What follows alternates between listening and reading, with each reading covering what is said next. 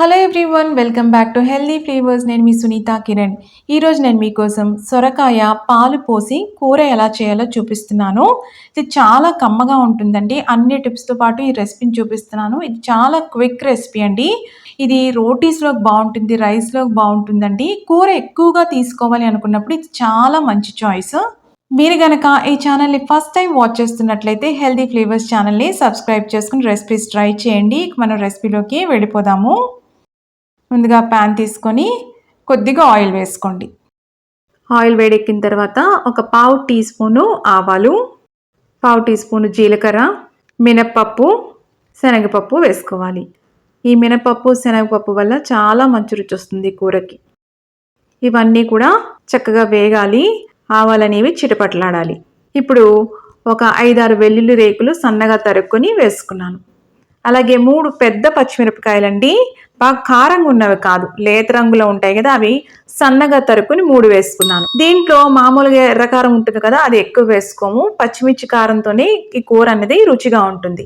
పచ్చిమిర్చి కూడా ఆయిల్లో వేగింది కదా, కాస్త కారం తగ్గి కరెక్ట్గా కారం అనేది సరిపోతుంది. ఇప్పుడు కరివేపాకు వేసుకున్నాం, కాస్త ఇంగువ కూడా వేసుకుంటున్నాం. ఇప్పుడు ఒక మీడియం సైజు ఉల్లిపాయ సన్నగా తరుక్కొని వేసుకున్నాను. ఈ ఉల్లిపాయని ఇలా ఫ్రై చేసుకోవాలండి. జస్ట్ మగ్గితే సరిపోతుంది, బ్రౌన్గా మాత్రం అస్సలు అవ్వకూడదు. ఇప్పుడు ఆనపకాయని చూసారా, సొరకాయని ఇలాగా చిన్న ముక్కలుగా కట్ చేసుకున్నారండి. మరి పెద్ద ముక్కలు వద్దు, ఈ మాత్రం ముక్క సైజు ఉంటే సరిపోతుంది. ఇంకొకటి, నేను బాగా పెద్దది తీసుకోలేదండి, లేతగా ఉండి ఒక మీడియం సైజ్ సొరకాయని తీసుకున్నాను. ఇప్పుడు కొద్దిగా సాల్ట్ యాడ్ చేసుకుందాము. ఒకటేసారి ఉప్పు ఎక్కువ వేసేసుకోవద్దండి, అవసరం పడితే మళ్ళీ వేసుకోవచ్చు. ఇప్పుడు ఒకసారి ఇదంతా కలుపుకోవాలి. వెయిట్ లాస్ అవ్వాలి అనుకున్న వాళ్ళకి ఇలాంటి రెసిపీస్ చాలా బాగా ఉపయోగపడతాయండి. ఎందుకంటే కూర ఎక్కువగా తీసుకుంటాము. ఇంకొకటి, సొరకాయ వల్ల చాలా హెల్త్ బెనిఫిట్స్ ఉన్నాయండి. తప్పకుండా ట్రై చేయాల్సిన రెసిపీ ఇది. మూత పెట్టుకొని ఒక 5 నిమిషాలు మగ్గించుకోవాలి. సొరకాయ అనేది కలర్ కూడా ట్రాన్స్లూసెంట్గా మారింది చూసారా, అలా మారాలి. ఇప్పుడు కొద్దిగా మాత్రమే కారం, అంటే పావు టీ స్పూన్ కంటే తక్కువగా కారం, పచ్చిమిర్చి కారమే సరిపోతుంది. కొద్దిగా పసుపు, 1 టీ స్పూను ధనియాల పొడి, అలాగే కొద్దిగా జీలకర్ర పొడి. ఇవన్నీ వేసిన తర్వాత ఒకసారి కలుపుకుందాం. అంతా పట్టేలాగా మనం వేసుకున్న పొడులు ఇలా కలుపుకొని ఫ్లేమ్ అనేది లోలో పెట్టుకొని మూత పెట్టుకొని మగ్గించుకోవాలి. ఒక 5 నుంచి 10 నిమిషాలు టైం పడుతుందండి. లో ఫ్లేమ్లో మగ్గితేనే చక్కటి రుచి వస్తుంది. ఈ మాత్రం పాలు పోసుకోవాలండి. పాలు అనేవి ఒక చిన్న కప్పుతో నేను పాలు తీసుకున్నాను. పాలు ఖచ్చితంగా గోరువెచ్చగా ఉండాలి, ఒకటోది. ఇంకొకటి ఏంటంటే, ముక్క ఉడికిన తర్వాత మాత్రమే పాలు పోసుకోవాలి. పాలు పోసుకున్న తర్వాత ముక్క అనేది ఉడకదండి, ఇది గుర్తుపెట్టుకోండి. ఒకసారి పాలు పోసిన తర్వాత విరిగిపోయినట్టు అయిపోతుంది. దాన్ని బట్టి కూర టేస్ట్ మారదు, ఏం పాడైనట్టు కాదండి. అలా కూడా చాలా రుచిగా ఉంటుంది.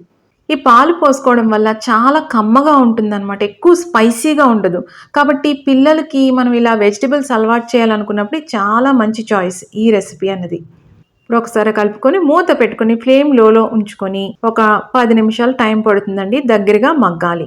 చూసారా, ఆయిల్ కూడా సెపరేట్ అయిపోయింది. ఈ స్టేజ్లో ఒక్కసారి ఉప్పు సరి చూసుకోండి, అవసరం పడితే కాస్త వేసుకోండి. చూసారా, బాగా దగ్గరగా అయిపోయింది. ఇప్పుడు కాస్త ఉప్పు వేసాం కదా, ఒక్క 2 నిమిషాలు మగ్గించుకుందాం. చూసారా, ఇలా దగ్గరగా మగ్గిపోయింది. మనకి ఇంకా కూర రెడీ అయిపోయింది. ఆఖరిన సన్నగా తరిగిన కొత్తిమీర వేసుకుంటున్నాను. ఇక్కడ ఇంకో టిప్ ఏంటంటే, మీరు కావాలనుకుంటే 1 స్పూను వేయించిన నువ్వుపప్పు పొడి కూడా ఆఖరిన కలుపుకోవచ్చు. కలుపుకొని దించేసేయండి, అలా కూడా చాలా రుచిగా ఉంటుంది. నేను వేయట్లేదు, కొత్తిమీర వేసుకున్నాను కదా. మీరు కావాలంటే నువ్వుపప్పు పొడి కూడా ఆఖరిన వేసుకొని దించేసుకోండి. చూసారా, ఇలా ఉంటుంది కూర. చాలా రుచిగా ఉంటుందండి, కమ్మగా ఉంటుంది, ఎక్కువ స్పైసీగా ఉండదు. సో కూర ఎక్కువగా మనం తీసుకోవడానికి అవకాశం ఉంటుంది. ఎక్కువ స్పైసీగా ఉందనుకోండి, కూర ఎక్కువ తీసుకోలేం కదా.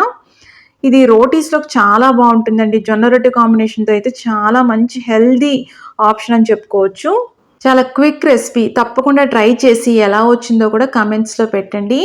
మీకు కనుక ఈ రెసిపీ నచ్చినట్టయితే లైక్ చేయండి, షేర్ చేయండి. ఇలాంటి ఇంట్రెస్టింగ్ రెసిపీస్ కోసం హెల్దీ ఫ్లేవర్స్ ఛానల్ని సబ్స్క్రైబ్ చేసుకొని రెసిపీస్ ట్రై చేయండి. మళ్ళీ మరొక ఇంట్రెస్టింగ్ రెసిపీతో మిమ్మల్ని కలుస్తాను. అంతవరకు stay healthy, happy. Thank you.